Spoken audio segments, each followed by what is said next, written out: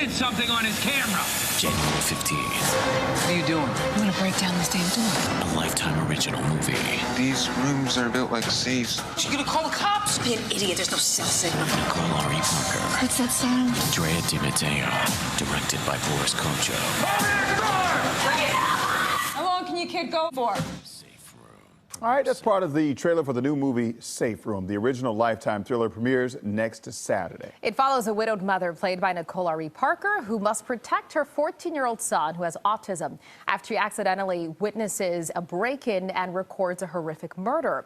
And this movie is a family affair because it co-stars Boris Kodjo, Nicole's husband, and it's also his directorial debut. This morning, he joins us live to talk all about that and more. Good morning to you, Boris. Thank you for joining us.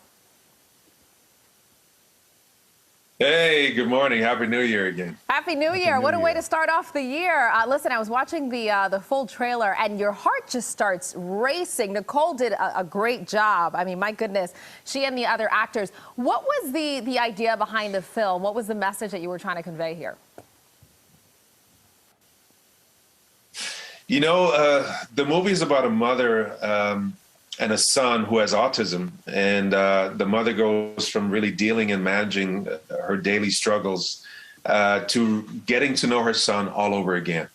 And of course, the stakes are really high. The situation is extraordinary with these killers coming after them in their own home. But for me, it was important to speak on representation.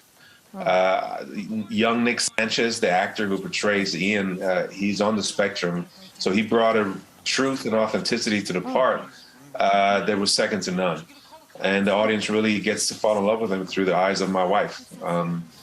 I was lucky that I had a great quarterback in Nicole, who led the cast of amazing actors: Drea Di Matteo, Mackenzie Aston, Monica Calhoun, who we love, and all I had to do was really just unleash them. You know, I set the stage and I let them do what they do. Boris, what's it like working with your wife? I know you're behind the camera. I know you worked with her in front of the camera before. What's it like working with her? You know, you actually, I know your husband, you finally get a chance to tell her what to do and there's no consequence. So what was that like for you? Boom. That's exactly right. I finally got to boss her around a little bit. And it was in a professional setting, so she couldn't talk back to me, which was the key, right? No, it was great. You know, like you said, we met on the set of Soul Food, so we were very familiar with that sort of environment, and we're really good at it together. She makes me better, definitely.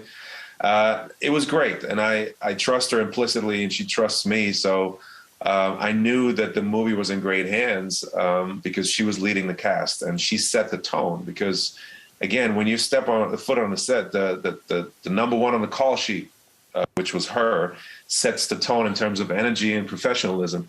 And it sort of translated all the way through down to everybody else.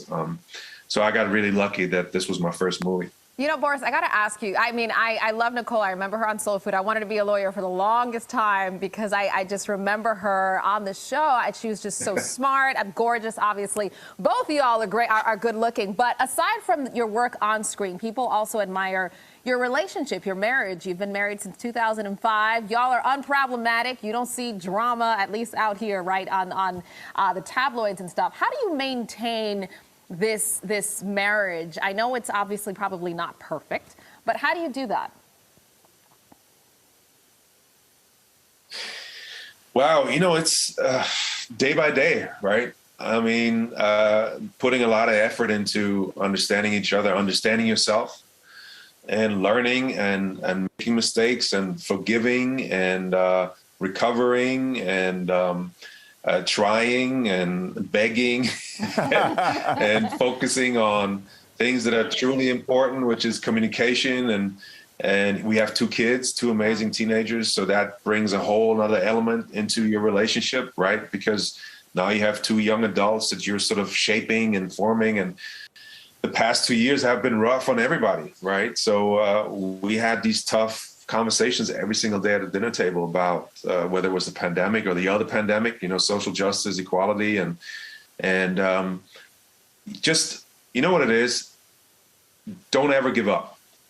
If this is your person, don't ever give up. Right. Don't walk away. don't ever give up. We have plenty of reasons to walk away. All of us in all of our different relationships that we have as a community. There's so much that goes on. There's so much pressure, so much stress. There's fight or flight all the time. There's so much going on that just don't give up. If this is your person, if this is who you love, you want to share your life with,